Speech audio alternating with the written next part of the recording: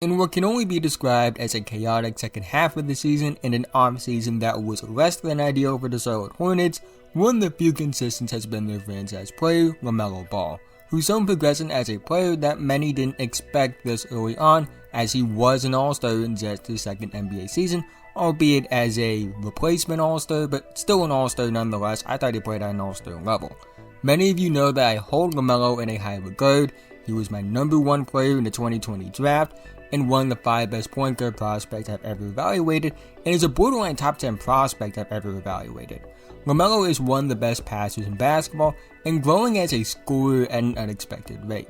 In today's video, I'll be talking about my expectations for LaMelo Ball in year 3, and what I think he can be moving forward. LaMelo Ball averaged 20.1 points a game, 6.7 rebounds a game, and 7.6 assists per game on a 55.42 shooting percentage in his second season. For some perspective on just how good his second NBA season was, he is one of just 5 players in NBA history to average at least 20 points per game, 6 rebounds a game, and 7 assists per game in their second NBA season.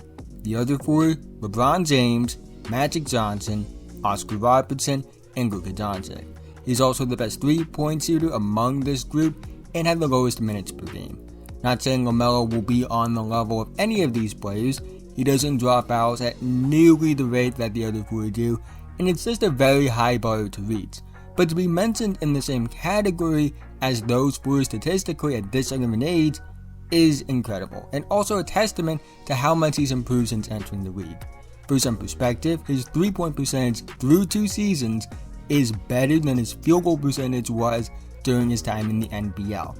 The passing has always been great with him, and his handle has always been great as well, which expands his game as an offensive creator in general, but his progression as a scorer is why I'm so encouraged by his potential as a player. The improvements he's made as a scorer this early on are rare, and I can't stress that enough. And it really is incredible to see him improve as much as he has as a shooter and scorer overall. He still has his flaws as a scorer as far as shot selection and finishing ability go, but he has shown promise as far as shot selection goes, which is backed up by his efficiency improvements from 3, even with the increased volume.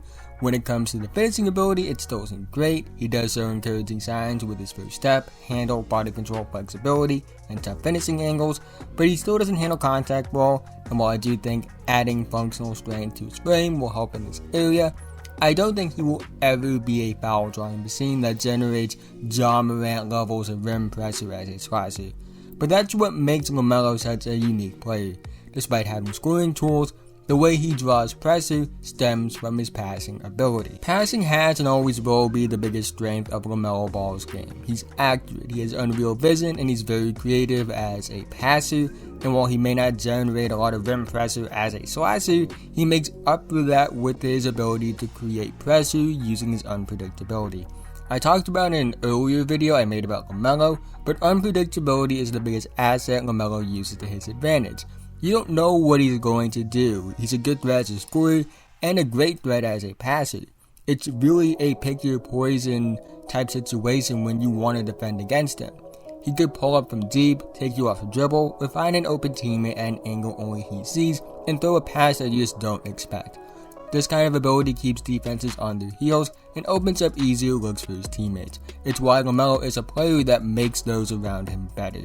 He's not just leveraging one skill set to his advantage, he's leveraging both of his skill sets on offense to his advantage, and he uses that to manipulate defenses like a puppet master.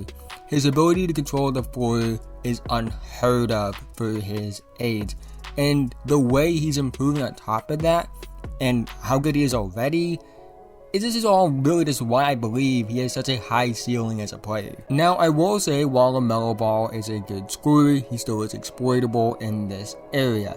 This is due to his lack of rim pressure as a slasher.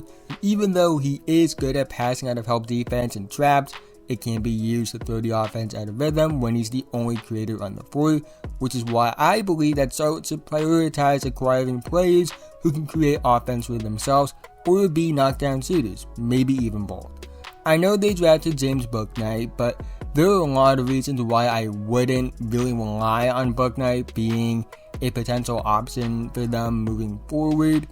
I feel like Mark Williams is a big man, but I also think Charlotte probably should have prioritized getting AJ Griffin, who would have been a perfect fit next to LaMelo Ball and fits both of those things if we're being honest with ourselves. They actually could have gotten both Mark Williams and AJ Griffin, but that's besides the point. The point is that getting shooters, shot creators, and play finishers around LaMelo should be key, and that's something so knows they need to do, I hope, but I don't have too much confidence that they're going to do it. I think LaMelo will continue to play on all-star level this upcoming season, and he's popular enough as a player to the point where it wouldn't shock me if he played his way into an all-star starter slot, but we'll see about that. I'm not worried about LaMelo as much as I am about the Hornets. I have no doubt that LaMelo is going to be great. He's too talented, too smart, and too productive at such a young age to not be. But the Hornets are a mess of an organization, to say the least, and I don't know if they ever will truly take advantage of the gifted young player that they can build around. Which also speaks to LaMelo's talent as a player and the kind of talent that he is, that he can individually be great despite a situation like that. It takes a special talent to thrive in an organization that's dysfunctional, and that's what LaMelo has done. At his best, I think LaMelo can be an all-NBA level player that competes for MVPs, but might be held back by the success of the team around him, even if he elevates his team enough to be considered for the award.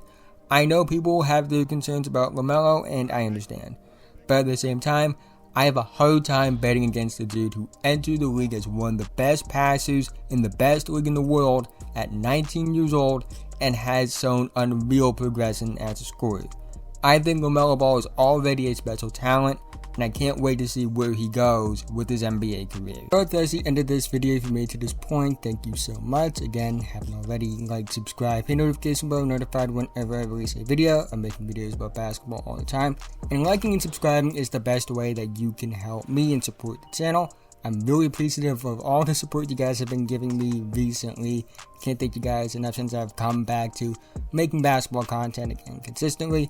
If you want to see other videos that aren't related to basketball that I make, then check out my video essay channel. Link to that channel in the description below in the pinned comment. 2 videos from that channel will be popping up here. One of them being a video of me reviewing every episode of Scooby-Doo Where Are You? Another video is like a near 30-minute video about me just talking about Classroom Media Lead and what I enjoy about it so much. And a video that YouTube will recommend from this channel will pop up here. Click the icon in the middle to subscribe, haven't already, or check out other videos on my channel. With that being said, have a nice day, and I'll see you guys in the next one.